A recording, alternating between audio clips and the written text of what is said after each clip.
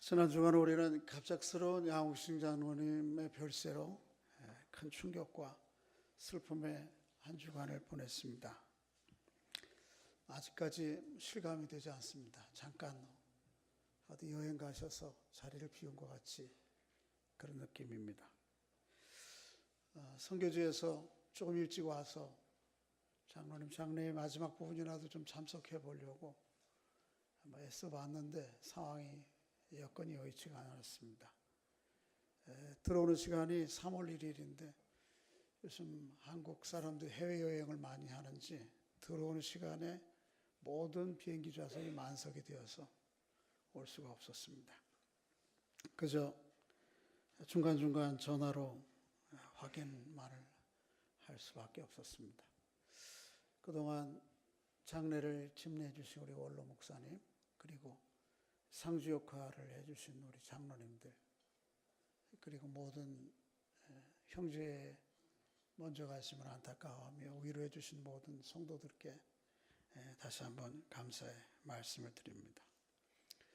갑작스러운 변고로 말미암아 충격과 슬픔 가운데 있는 우리 이율래 권사님을 비롯해서 가족들, 또 우리 믿음의 한 형제들, 우리 모두 다가 참 하나님의 위로하심이 그 어느 때보다 필요한 때인 것 같습니다. 환난 중에 위로하시는 하나님께서 우리 온 교회를, 또 유족들을 특별히 위로해 주시고 눈물을 씻어 주시기를 간절히 소원합니다. 장로님의 소식을 듣고 오는 비행기 안에서 이 말씀을 묵상했습니다. 디모데후서 4장 1절 말씀부터 8절까지 있는데, 장로님의 생애를 돌아보고 또 그러면서 우리의 생애를, 저와 우리 교회의 모든 성도들의 생애를 돌아보고 이런 삶을 살아야 되지 않겠는가, 그런 생각을 했습니다. 이 말씀을 통해 함께 은혜 받기를 바랍니다. 히브리서 9장 27절 말씀에 보면 한 번 죽는 것은 사람에게 정한 것이요, 그렇게 얘기합니다. 이 땅에 있는 모든 사람들은 한 번 죽는 것이 하나님의 정한 섭리이고 하나님의 결정이라는 것이죠. 누구나 사람은 다 죽습니다. 언젠가는 죽습니다. 이 죽는다는 사실을 거부하거나 부인할 사람은 아무도 없습니다. 그런데 그 죽음이 내 것이 되고 내가 사랑하는 사람들께 올 때에는 이 죽음이 전혀 다른 얼굴을 가지고 우리에게 나타납니다. 마치 오지 않을 것이 온 것 같고 오지 않을 때를 직면한 것처럼 그렇게 다른 차원으로 죽음은 우리에게 다가오게 됩니다. 양 장로님의 별세가 그와 같은 것 같습니다. 너무 갑작스럽고, 그래서 이렇게 돌아가실 수 있나? 아니야, 벌써 이렇게 일찍. 그래서 그 죽음이 너무도 정한 것이, 하나님이 정한 것이 모든 사람들이 가야 될 길임에도 불구하고 맞지 않을 일을 우리가 맞은 것 같고요, 맞지 않을 때를 맞은 것 같은 그런 상황입니다. 그런데 실제로 알고 보면 죽음은 이렇게 늘 언제나 누구에게나 예측보다는 언제나 빨리 오고 또 기대와는 다른 방식으로 우리에게 종종 오곤 합니다. 우리 권사님들 우스갯소리로 99세까지 팔팔하게 살다가 한 2, 3, 4일 좀 앓다가 죽으면 좋겠다. 왜 우리의 다 모든 기대지만 죽음은 언제나 그런 방식으로 오지 않습니다. 우리의 기대처럼 오지 않고 뜻하지 않은 방식으로 오고 뜻하지 않은 때에 불쑥 우리에게 등장하는 것입니다. 알고 보면 죽음은 우리에게 아주 가까이 있습니다. 장로님 돌아가시는 과정을 잠깐 살펴들었습니다만 한순간이죠. 죽음은 가까이 있는 것이고 한순간에 일어나는 일입니다. 그게 장로님에게만 아니고 우리 모두에게도 역시 마찬가지입니다.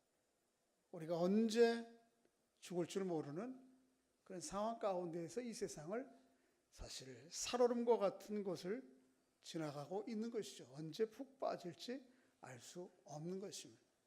그래서 하나님의 은혜가 늘 우리에게 필요하고 하나님 앞에 우리의 생애를 맡기고 의탁할 수밖에 없는 것이 우리의 삶의 처지입니다. 오늘 본문에서 사도 바울도 동일한 고백을 합니다.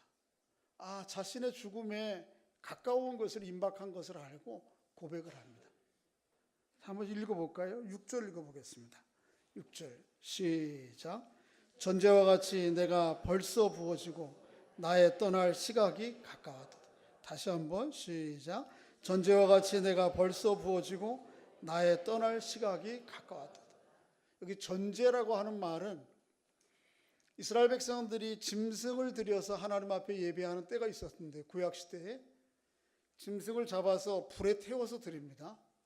그렇게 제사를 드리고 예배를 드리고 맨 마지막에 이 제사를 종결할 때에 포도주를 타는 짐승 위에 부어서 드립니다. 그러면 타던 짐승이 포도주에 의해서 꺼져버려요.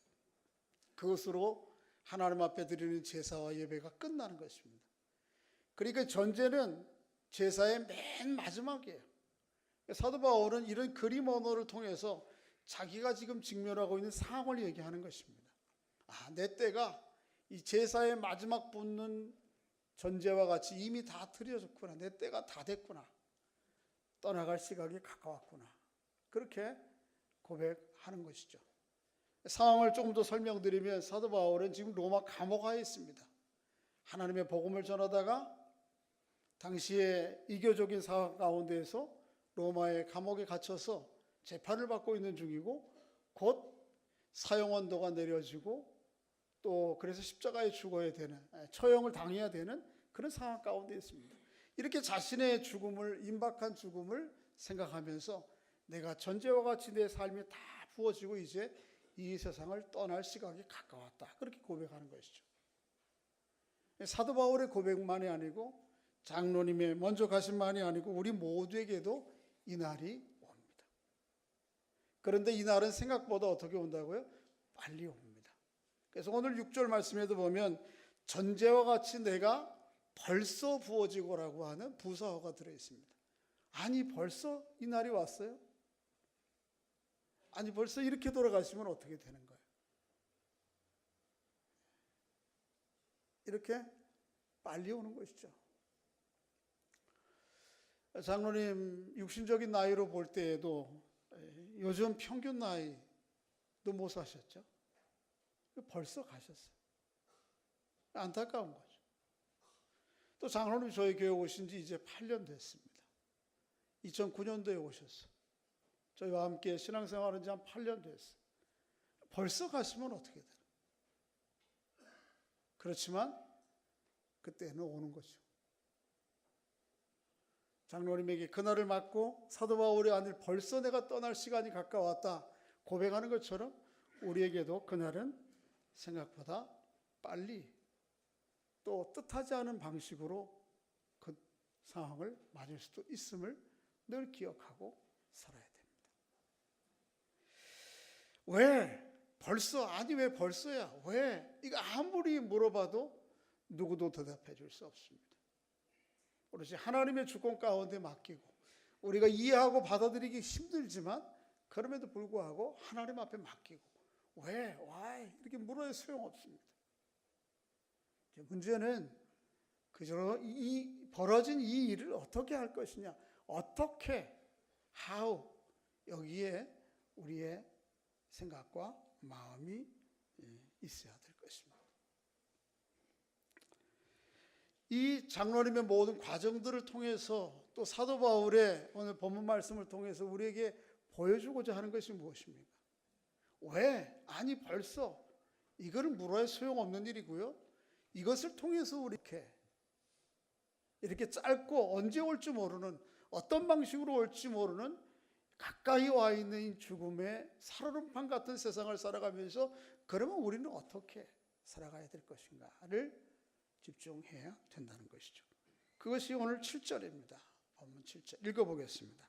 시작. 나는 선한 싸움을 싸우고 나의 달려갈 길을 마치고 믿음을 지켰어. 어떻게에 대한 답이죠. 어떻게 해야 이 생애를 살아가야 됩니까? 선한 싸우심을 싸우셔야 됩니다. 그래, 달려가야 될 길을 달려가셔야 됩니다. 저를 보십시오. 이 세상의 삶이 참 치열합니다. 한국 오면 한국 너무 바빠요. 와서 좀 이발도 하고 싶고 그랬는데 장로님 상담한 입장에 이발하는 것도 예의가 아닌 것 같고 그런 마음도 있었고 또 시간이 없어요. 너무 치열해. 인도는 인도대로 너무 치열해. 너무 바빠. 삶이 전쟁이라는 말이 결코 틀린 말이 아니에요. 여러분과 저에게나 우리 한국 사람에게나 인도 사람에게나 모두에게 치열해요. 싸움이에요. 그런데 어떤 싸움을 싸우느냐는 한 번 더 생각해 보셔야 돼요. 무엇을 위해서 바쁘고 무엇을 위해서 이렇게 치열한가는 한 번 더 생각해 보셔야 돼요.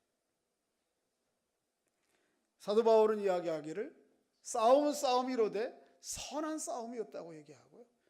달려가는 길이로되 하나님을 위한 복음과 하나님의 나라를 위한 달려갈 길을 달려갔다고 사도 바울은 얘기합니다. 무엇 때문에 치열한가? 무엇 때문에 바쁜가? 무엇 때문에 그렇게 달려가야 되는가는 한번 생각해 보시죠. 장로님은 선한 싸움을 싸우셨어요. 참 부지런하신 분이에요. 달려갈 길을 달려오신 분이에요. 장로로서, 성도로서 저에게는 참 믿음에 좋은 형님이었어요. 아마 여러 우리 성도들도 그렇게 고백할 분들이 많을 겁니다. 참 좋은 믿음의 형님이 먼저 가셨구나. 오늘 어느 나이 많으신 집사님이 예배 전에 제 방에 들어오셔서 제 손을 잡고 우시면서 장로님보다 훨씬 연배가 많으신 분, 동생을 먼저 보내다가 어느 권사님, 목사님 죄송해요. 저한테 뭘 죄송합니까? 우리가 어떻게 할 수 있는 일이 아니잖아요. 그만큼 좋으신 분이었어요. 훌륭하신 분이었어요. 선한 싸움을 싸우신 분이었어요. 늘 언제나 교회를 생각할 때 교회를 참 사랑하신 분이에요. 그래서 늘 언제나 개인적인 이해관계나 유익과 상관없이 늘 교회가 원하는 일이라면 그게 부담이 되고 짐이 되고 때로는 대가를 치러야 될 일이라도 늘 언제나 그렇게 하나님의 나라와 끝뜻을 위해서 늘 마음 결정을 하시고 교회 중지를 모으시고 일하셨던 분이에요. 늘 언제나 꾸준히 일을 현장에 가면 그분이 계셨어요. 형제 교회 돕기 한여름에 모처럼 한번 휴가 내는 거 아니에요? 장로님 사업하시니까. 그런데 그 형제 교회 그저 30도 31도 되는 한여름 우리가 그 시간밖에 시간을 못 내서 형제도 시골에 가서 시골 교회 돕자고 가면 그게 얼마나 그렇게 신이 나는지. 신이 나서 그죠? 준비부터 오고 가시는 거예요. 우리 남성 형제들과 함께 설악산을 2박 3일로 한번 등산했던 적이 있어. 참 우리 동생 같은 형제들, 다 동생들이죠. 얼마나 함께 해주려고 하는지 참 선한 싸움을 싸우신 분이에요. 달려갈 길을 달려오신 분. 저는 좀 게으릅니다. 좀 약합니다, 몸이. 또 제가 갑상선 수술 이후에 조금 더 제가 그 갑상선 수술 이후에 자꾸 핑계를 댑니다, 제가. 그래서 조금 그날 전날 저녁에 힘이 들고 어려우면 새벽 예배도 가끔 빠지고 그저 좀 누워있기도 하고 그래요. 그러다가도 장로님 생각해. 장로님 그렇게 하루 종일 일하고 오셔서. 그래서 생각이 나서 힘들게 어렵게 나가보면 언제나 그 자리에 계셔. 무엇을 위해서 바쁘고 무엇을 위해서 싸워야 되는가? 무엇을 위해서 달려가는가? 사도 바울은 선한 싸움을 위해서, 주의 복음과 나라를 위해서, 하나님의 교회를 위해서 바쁜 거예요. 이 선한 싸움과 달려갈 길을 오늘 본문 2절부터 5절까지에는 조금 더 디모데에게 권면하면서 풀어서 설명합니다. 한번 읽어보겠습니다. 4장 2절부터 5절까지. 구체적으로 어떤 일인지 시작. 너는 말씀을 전파하라. 때를 얻든지 못 얻든지 항상 힘쓰라. 범사에 오래 참음과 가르침으로 경책하며 경계하며 권하라. 때가 이르리니 사람이 바른 교훈을 받지 아니하며 기가 가려워서 자기 사욕을 따를 스승을 많이 두고 또 그 귀를 진리에 돌이켜 허탄한 이야기를 따르라. 그러나 너는 모든 일에 신중하여 고난을 받으며 전도 일을 하며 내 직무를 다하라. 하나님의 복음이, 하나님의 말씀이 입술로 증거하고 삶으로 증거하는 때가 있든지 없든지, 그리고 이 하나님 맡겨진 직분들을 어떻게 해요? 그것을 감당하다 고난이 있더라도 감수하고 전도자 일을 하며 내 직무를 다하라.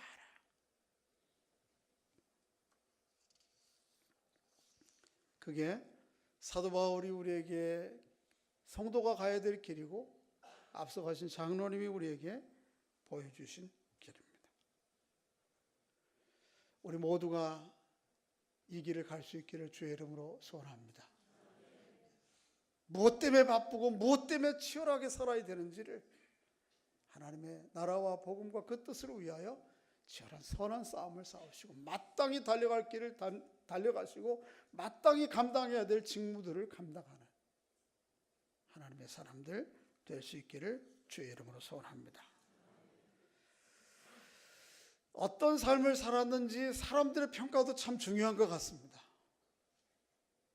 제가 장례에 다 참석하지 못하고 돌아오는 공항 시간이 목요일 날 2시에 떨어졌어요. 그런데 장로님 유골을 가족들이 가지고 대이작도에 가셔서 모시고 돌아오는 일정이 시간이랑 맞을 것 같아서 제가 바로 집으로는 돌아갈 수 없을 것 같고요. 그래서 제가 오시는 선착장에 나가서 좀 기다렸습니다. 그러면서 여러 가지 많이 생각했죠. 오는 여정 중에. 그 성도들에게 들었습니다. 교육자들에게 어떻게 장례가 치러졌는지. 한 권사님이 그래요. 어제 장례식장에 어제도 갔다 오면서 목사님, 교회가 바다를 이루었어요. 많이 우셨다고. 너무 슬프고 힘들어서. 그 말이 틀리지 않은 것 같아요. 무엇이 장로님의 슬픔을 이렇게 안타까워하고 슬퍼할까? 사람의 평가도 참 중요한 것 같아요. 오면서 제가 아내에게 그렇게 얘기했습니다. 성도들이 참 많이 슬퍼하고 많이 가서 울고 위로해주고 했는데 과연 내가 세상을 떠나갈 때에는 누가 와서 울까?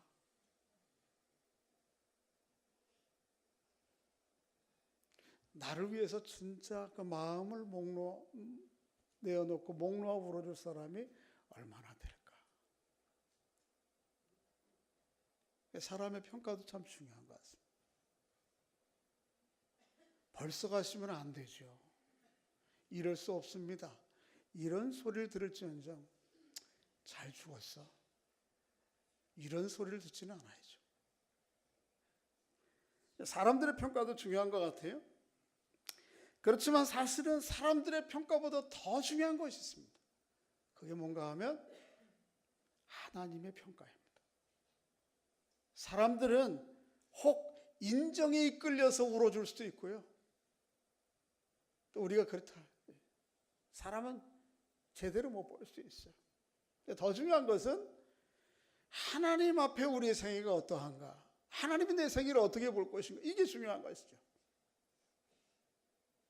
사도 바울도 오늘 그에 대해서 4장 1절과 8절에 얘기하고 있습니다. 한번 4장 1절 한번 읽어보겠습니다. 시작. 하나님 앞과 살아있는 자와 죽은 자를 심판하실 그리스도 앞에서 그가 나타나실 것과 그의 나라를 두고 엄히 명하노니. 누구 앞에서요? 하나님 앞에서. 또 누구 앞에서요?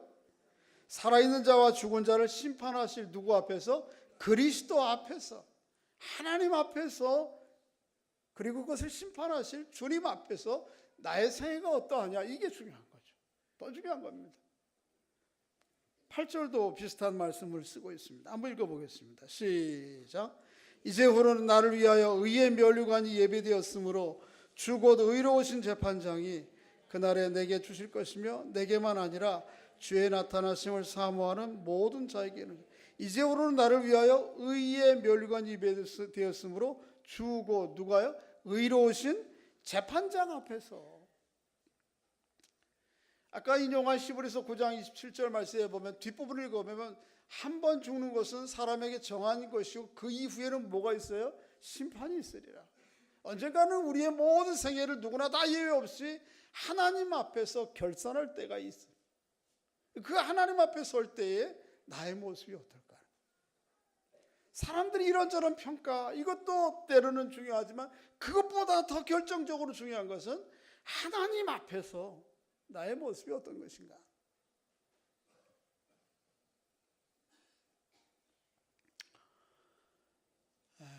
장로님 늘 하나님의 시선 신경 쓰셨어. 사람들이 나를 어떻게 볼까? 이거보다는 하나님의 시선에 늘 마음을 못 두고 계셨어. 하나님이 기뻐하시는 뜻이라면 이건 부담이 되는 일도 해야 됩니다, 목사님. 하나님 교회가 원하는 일이라면 힘들어도 해야 됩니다. 하십시다. 하나님의 시선, 하나님 앞에.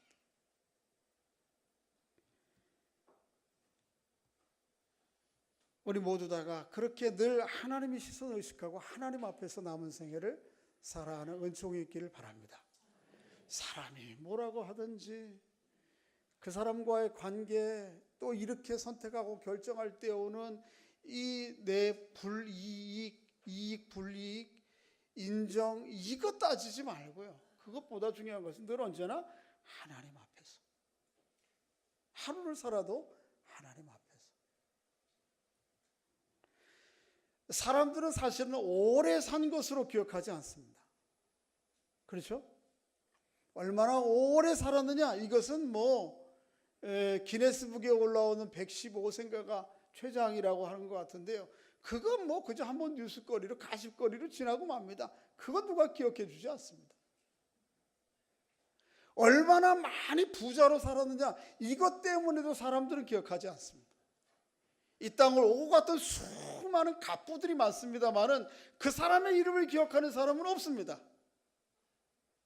정말 중요한 것은 무엇을 위해 살았고 하나님 앞에 어떻게 살았느냐, 이게 중요한 것이죠.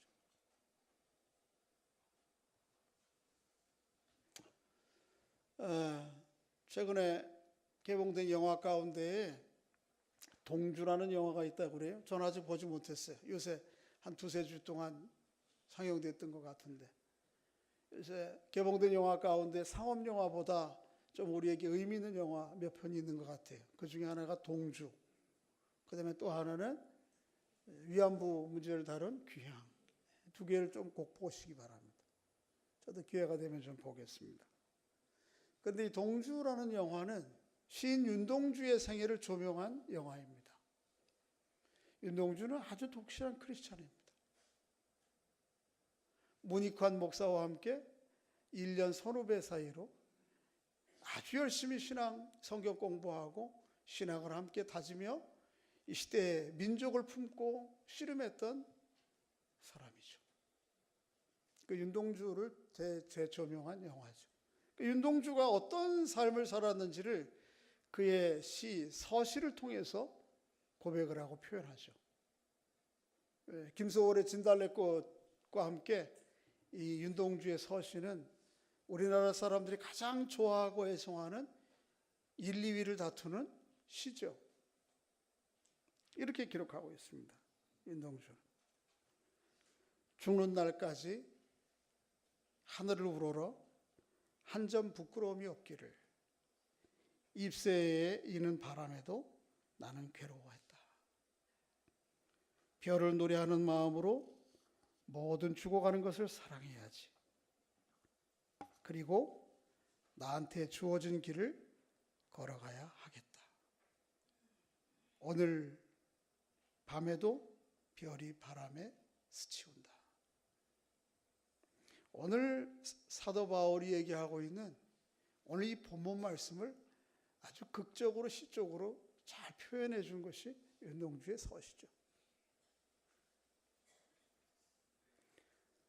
윤동주가 얘기한 죽는 날까지 하늘을 우러러 한 점 부끄러움이 없기를, 이 하늘은 누구에 대한 표현이죠? 하나님입니다. 윤동주는 하루를 살아도 누구를 의식했다고요? 하나님 앞에서 나의 모습이 어떨 것인가, 이건 늘 의식하고 살았습니다. 더 나아가서 민족 앞에 내가 어떤 모습으로 비춰질 것인가, 그 하나님과의 민족 앞에, 이 역사 앞에서 한 번 좀 부끄러움이 없기를, 입새에 이는 바람에도 그 변화를 보고도 자기를 돌아보고 자기의 삶을 흔들림 없이 살아가려고 힘썼습니다. 비록 죽어가는 것이지만, 우리가 다 그렇게 죽음의 과정 가운데 있는 사람들이지만 이 죽어가는 것을 사랑했습니다. 그리고 자신에게 주어진 길을 흔들림 없이 걸었습니다. 일본의 감옥에서 자기의 목숨을 초기와 같이 내어 던지면서도 하나님 앞에서, 민족 앞에서, 역사 앞에서 부끄럽지 않은 삶을 살았던 것이죠. 오늘 사도 바울의 고백과 일맥상통하고 앞서가신 장로님의 삶과 일맥상통하는 부분이죠.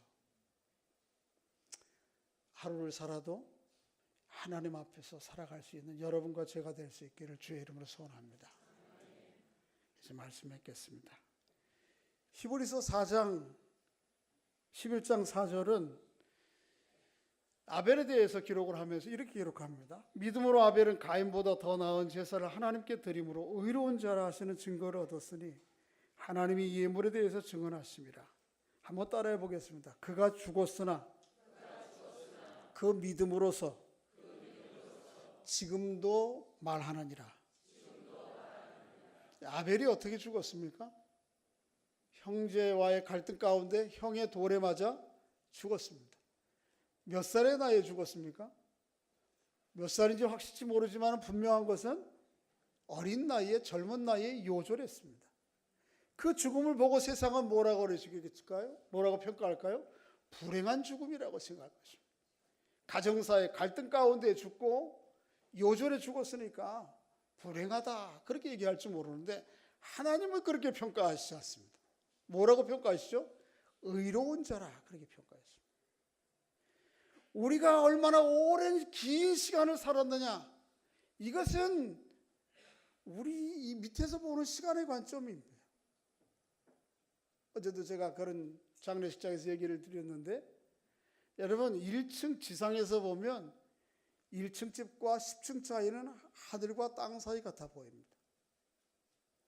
그러나 비행기를 타고 한 몇백 미터만 올라가 봐도요, 1층짜리하고 10층 차이는 별 차이가 없습니다. 7, 80 장수에서 100살 산 것과 30대에 요절하는 것과 우리에게는 대단한 차이가 있어 보이지만 하나님의 시각으로 보면 그건 아무 별 차이가 없어 보이는 것입니다.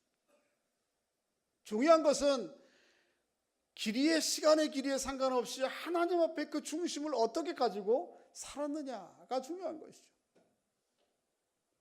하루를 살아도 하나님 앞에 한 점 부끄러움이 없기를. 장로님 8년밖에 생활을 같이 안 했습니다. 그런데 20년, 30년, 제가 여기 고등학교 2학년 때부터 이 교회를 섬겼으니까요. 수십 년 됐죠. 오래 사귄 분도 계십니다. 그분들만큼이나 어쩌면 그분들보다도 더 깊은 사랑을 하나님께 주시는 사랑을 그분을 통해서 받았고 또 그분의 헌신된 모습들을 통해서 도전과 늘 위로를 받았습니다. 하나님 앞에서 남은 생애를 살아가는 여러분과 제가 될 수 있기를 주의 이름으로 소원합니다. 하나님 짧은 시간 안에 우리에 오셨다 가셨어요. 그렇지만 아주 귀한 선물로 우리에게 남아 계십니다. 아벨이 오늘 아벨의 생애를 얘기하면서 그렇게 얘기했죠. 그가 죽었으나 그 믿음으로서 지금 또 말하느니라. 우리 앞서 가셨지만 교회는 두고두고 장로님과 장로님이 보여주던 신앙과 삶을 두고두고 이야기할 것입니다. 어떤 사람은 죽음과 함께 잊혀지는 사람이 있는가 하면 여전히 두고두고 지금도 말해야지는 그런 삶을 사도 바울과 같이 또 아벨과 같이 장로님과 같이 우리 모두도 남은 생애를 그렇게 살아가는 삶의 은총이 있기를 주의 이름으로 소원합니다. 다시 한번 하나님께서 우리 권사님과 유족들 위로해 주시고 또 성도들의 모든 슬픔을 위로해 주시고 새로운 소망 가운데 장로님이 보여주신 이 성도 또 교회로서의 모습, 지도자로의 모습 마음에 새기고 두고두고 익혀 더 멋진 아름다운 교회를 이루는 하나님께 영광이 되는 교회 될 수 있기를 주의 이름으로 축복합니다. 아버지 하나님, 우리는 참 받아들이기 어렵습니다.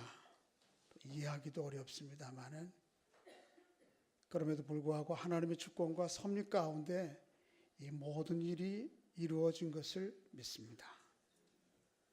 중요한 것은 왜가 아니고 이제는 어떻게 살아가야 될지 오늘 말씀을 통해 또 장로님의 생애를 통해 저희들에게 말씀해 주시니 감사드립니다. 말씀 따라 장로님이 남기신 신앙의 유산을 따라 우리도 하나님 앞에 단 하루를 살더라도 하나님 앞에 부끄러움 없이 살아갈 수 있도록 또 그렇게 하나님의 나라와 교회를 섬기며 사랑할 수 있도록 주께서 은혜를 베풀어 주시옵소서. 우리 이권사님을 비롯해서 우리 동철 집사님, 동현 집사님, 또 모든 가족들, 또 우리 믿음의 교우들, 우리의 마음의 슬픔을 거두어 주시고 눈물을 닦아 주시옵소서. 그래서 하나님 바라보며 남은 생의 소망 가운데 살아가며 하나님 맡겨주신 이 직분들을 신실하게 감당하며 선한 싸움들을 싸워나가는 저희 모두가 될 수 있도록 은혜를 베풀어 주시옵소서. 예수님의 이름으로 기도하옵나이다. 아멘.